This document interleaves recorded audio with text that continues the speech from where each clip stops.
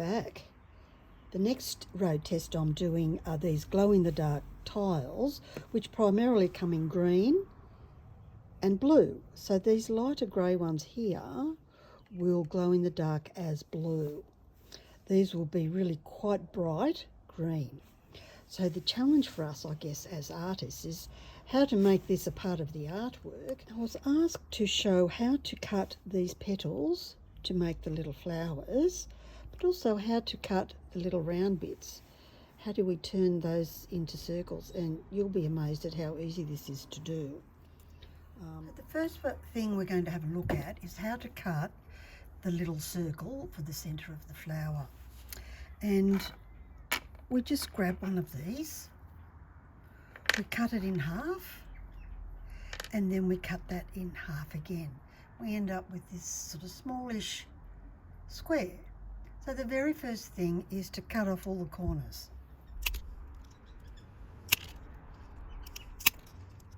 So 4 corners are gone and you're left now with 8 corners. So we just nip and very gently nip those corners off.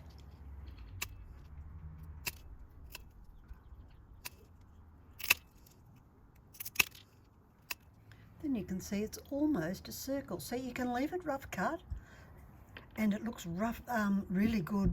Rough cut looks really good if you're making things like wattle and stuff like that, or some flowers that are made up of lots and lots of circles. If you want to smooth it off, because there are people who like everything smooth, then it's dead easy with the sanding pad. It's pretty much done. Oops. So can you see how that's nice and smooth? So once that's grouted, it'll just be round. So circle dead easy. The petal is very similar to the circle we just cut in that I'm going to take the corners off 3 of them.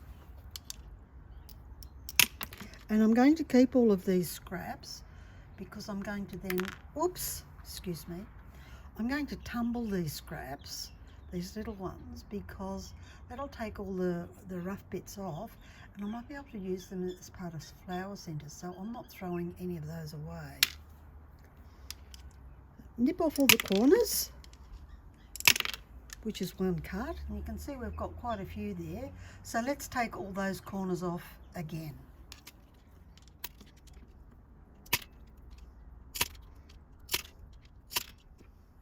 So you can see I pretty much have that shape.